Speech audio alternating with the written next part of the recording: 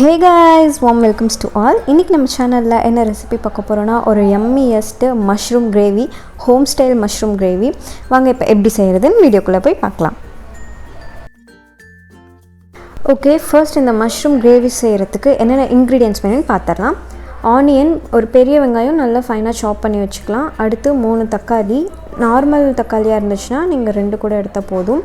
அடுத்து பச்சை மிளகாய் 1, கருவேப்பிலை, கொத்தமல்லி தழை, இஞ்சி பூண்டு, அப்புறம் முந்திரி, அப்புறம் நம்ம தேவையான மஷ்ரூம். நாங்கள் பார்த்திங்கன்னா 1/4 கப் மஷ்ரூம் எடுத்துருக்கோம். ஓகே, ஃபர்ஸ்ட் நம்ம ஒரு மிக்சர் ஜாரில் தக்காளி, அடுத்து இஞ்சி பூண்டு, அப்புறம் முந்திரி இது எல்லாத்தையுமே நல்லா ஃபைன் பேஸ்ட்டாக நல்லா கிரைண்ட் பண்ணி எடுத்துக்கலாம். ஓகே, இப்போ பேன் நல்லா சூடானதுக்கப்புறம் ஆயில் விட்டுக்கலாம். ஆயில் நல்லா ஹீட் ஆனதுக்கப்புறம் கொஞ்சமாக சீரகமும் சோம்பும் ஆட் பண்ணிக்கலாம். இது கொஞ்சம் நல்லா பொரியட்டும். இது பொரிஞ்சதுக்கப்புறம் கருவேப்பிலை ஆட் பண்ணிக்கலாம். கருவேப்பிலை ஆட் பண்ணி நல்லா பொரிஞ்சதுக்கப்புறம் நம்ம சாப் பண்ணியிருக்க பச்சை மிளகாய் போட்டுட்டு நல்லா ஒரு வாட்டி சாட் அவுட் பண்ணிக்கலாம்.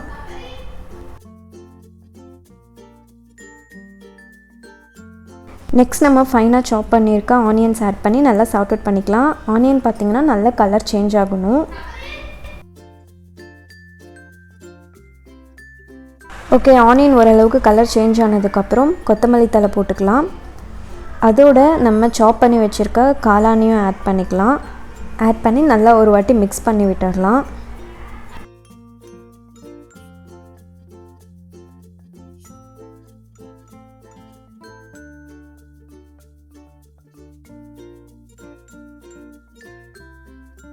ஸோ எல்லாத்தையும் நல்லா ஒரு வாட்டி மிக்ஸ் பண்ணிவிட்டு அடுத்து மசாலாஸ் ஆட் பண்ணிக்கலாம். பிஞ்ச் ஆஃப் டர்மரிக் பவுடர், அடுத்து காரத்துக்காக சில்லி பவுடர், எல்லாமே உங்கள் காரத்துக்கு ஏற்ற மாதிரி உங்கள் டேஸ்ட்டுக்கு ஏற்ற மாதிரி போட்டுக்கோங்க.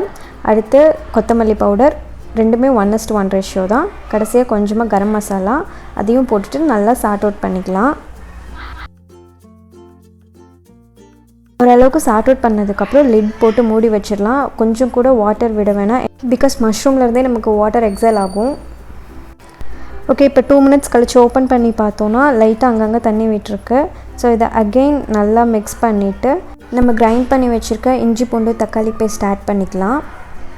இதை ஆட் பண்ணிவிட்டு நல்லா மிக்ஸ் பண்ணணும். வேணுன்ற வாட்டர் மட்டும் விட்டால் போதும்.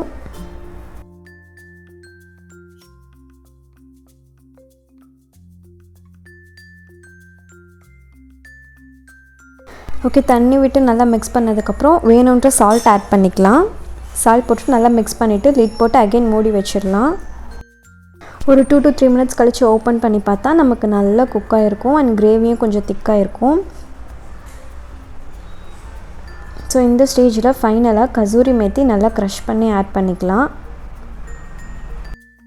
ஓகே, எல்லாத்தையும் நல்லா மிக்ஸ் பண்ணிவிட்டா நம்மளோட மஷ்ரூம் கிரேவி சூப்பராக ரெடி ஆகிடுச்சு. அண்ட் உங்களுக்கு இந்த வீடியோ பிடிச்சிருந்தா கண்டிப்பாக லைக் பண்ணுங்கள், கமெண்ட் பண்ணுங்கள், ஷேர் பண்ணுங்கள், மறக்காமல் சப்ஸ்கிரைப் பண்ணுங்கள். அப்படியே பக்கத்தில் இருக்க பெல் ஐக்கானையும் கிளிக் பண்ணிவிடுங்க.